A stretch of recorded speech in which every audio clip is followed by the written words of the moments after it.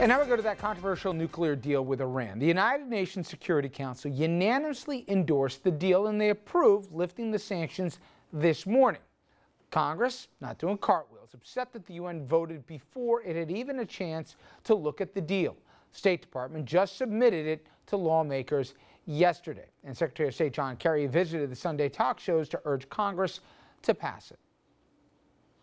Israel, we believe the region will ultimately be much safer because of this deal. Now, if we don't do this deal, if Congress says no to this deal, then there will be no restraints on Iran. There will be no sanctions left.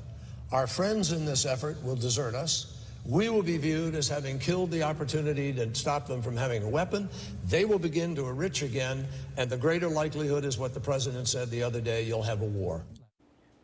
All right, Congressman. This question obviously came up many times while you were in D.C.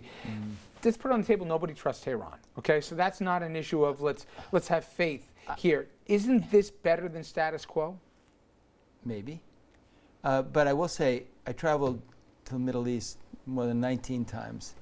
And every time, practically, I would meet with Jordanians and who are pretty sharp, you know, and have to defend themselves without the military or the population.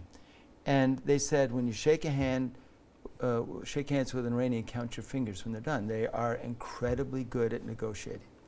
And so my biggest problem is trying to understand giving such large notice before you inspect, and does that make it a farce? And I, in Congress, would want to know the answer to that. I would want to have all the experts. Having the UN already vote on it makes the effort in Congress almost meaningless. But now, telling my friends in Congress, this is an agreement that was made not just the United States. We weren't dictators here. We had other people that were part of the negotiations. So, you know, there's a part of me that thinks it's worth the effort, and the other part of me that says, but was the effort done right? Was the concern always that the intelligence wasn't there to know all the locations where the nuclear enrichment could take place? Was the concern that you knew where it was, but you weren't allowed access to do your own verification? Well, I think that's the biggest concern. You don't want to give someone 3 weeks' notice before you then go look. But maybe the experts will tell us that in these kind of facilities they couldn't hide it in 3 weeks. Maybe they'd say that. But that is what Secretary Kerry is saying. Just really briefly. I don't consider him the expert. But that's what he's saying on behalf of the experts. That 24 days, 48 days, 68 days, you can't hide that kind of nuclear.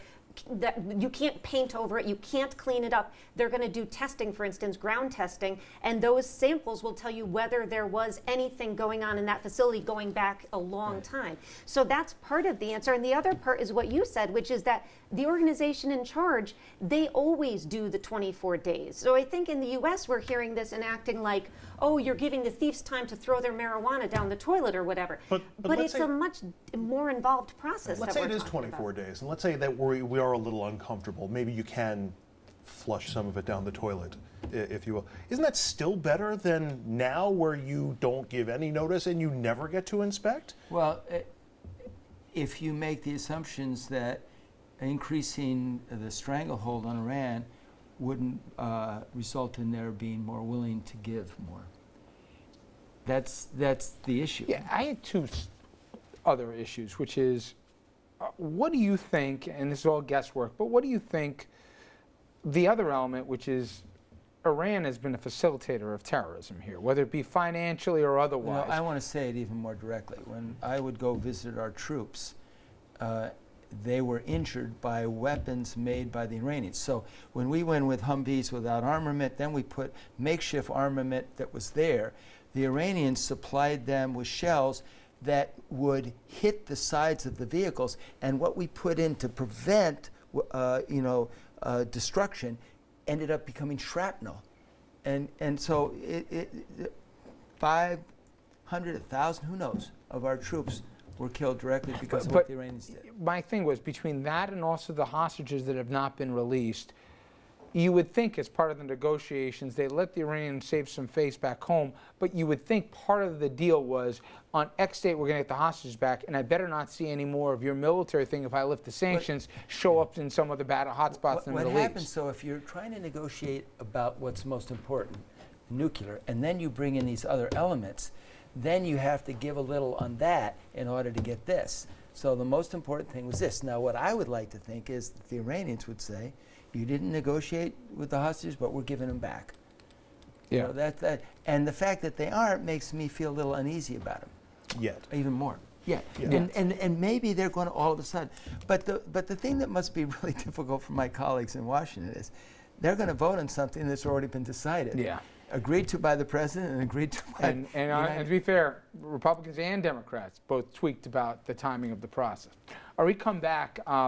I had my first Uber ride this weekend, and the issue, though, yes, major moment here, but the issue is nowhere near resolved. New York City, they're trying to hold it back, but it is really all about the big campaign cash the taxi industry pours into City Hall. We'll make Dominic answer all the questions.